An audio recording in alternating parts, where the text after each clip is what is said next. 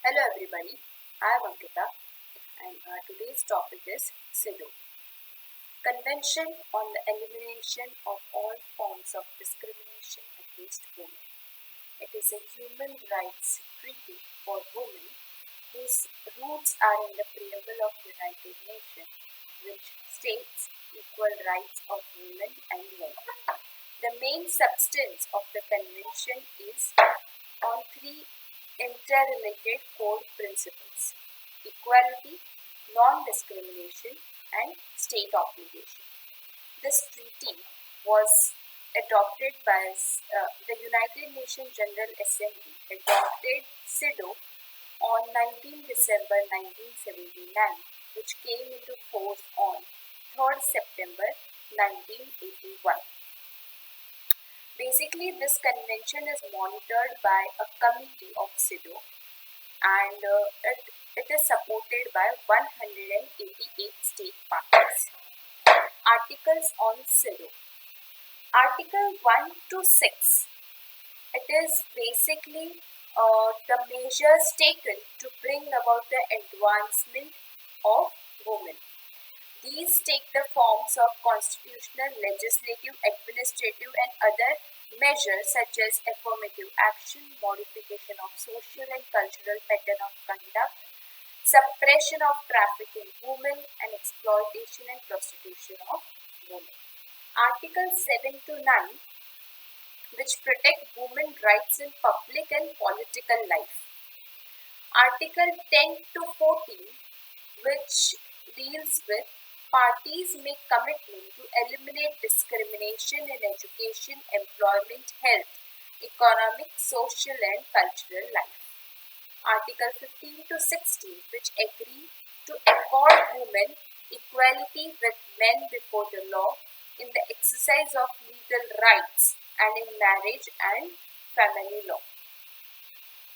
Article 17 to 24, the Convention establishes the Committee on the Elimination of Discrimination against Women, whose purpose is to progress in the implementation of Convention, reporting obligations of state parties, address the committee's meeting time, venue, reporting obligations.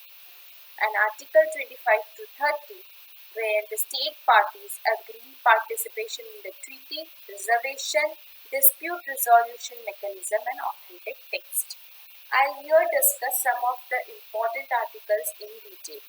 Article 1 basically is on discrimination against women, which shall mean any discrimination, exclusion, or restriction made on the basis of sex which has the effect or purpose of impairing or nullifying the recognition, enjoyment, or exercise by women, irrespective of their marital status, on a basis of equality of men and women, of human rights and fundamental freedoms in the political, economic, social, cultural, civil, or any other field.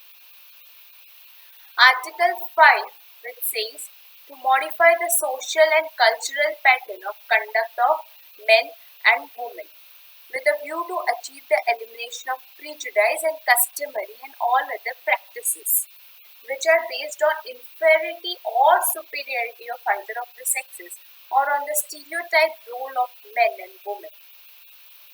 It also ensures family education, proper understanding of maternity as a social function, and the common responsibility of men and women in upbringing their child.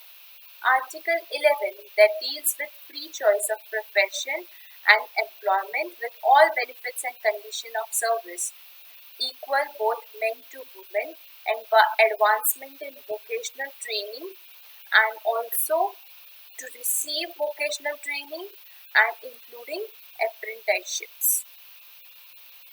Article 14, which deals state parties shall take into account the particular problem faced by rural women and significant roles which rural women play in the economic survival of their family. It shall also take appropriate measure to ensure the application of the provision of present convention to women in rural areas. Now, how this Cedaw works? To short, the convention is being continually updated to include new insights and new issues that are brought to the Cedaw Committee attention through the formulation of general recommendations by the committee. By rectifying the Cedaw Convention, states are saying that they recognize discrimination and inequality, they recognize the need for state action, commit themselves to do certain things and not to do certain things, and are willing to be held accountable at national and international level. Together with the state, we have to develop criteria for state action and responsibility. We have to learn to use the Cedaw Convention as an advocacy tool to interpret equality. It also establishes criteria for success and documenting impact of state action. Protocol of Cedaw. We have here protocol which contains two procedures. A communication procedure allows individual women or group of women to submit claims of violation of rights protected under the convention to the committee. So here all individual or the group and individual can submit their violation of right to the committee.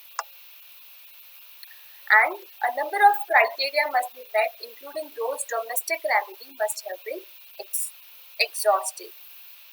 The second protocol also creates an inquiry procedure enabling the committee to initiate inquiry into situation of grave or systematic violation of women's rights. Here we will deal with two case laws. The famous one is Vishakha versus State of Rajasthan 1997. All women have the right to be free from sexual violence and harassment in their workplace. The Sexual Harassment of Women at Workplace Act 2013 was enacted due to the above observation of the Honorable Supreme Court. Here, the court noted includes protection from sexual harassment and the right to work with dignity, which is universally recognized basic human right. India's International Human Rights Agreement is important to achieve this purpose, especially in the absence of domestic norms to address the issue concerned.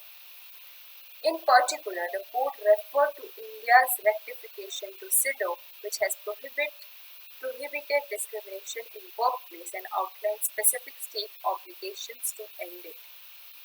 Second case law is Municipal Corporation of Delhi versus Female Workers, which amended Maternity Benefit Act.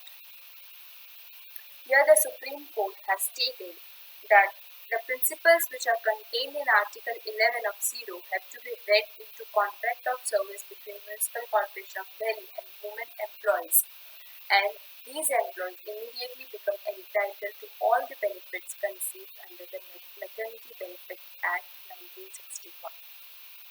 Thank you. The whole descriptive notes on Cedaw will be attached to the link in the description, so it will be helpful for your examination. Thank you.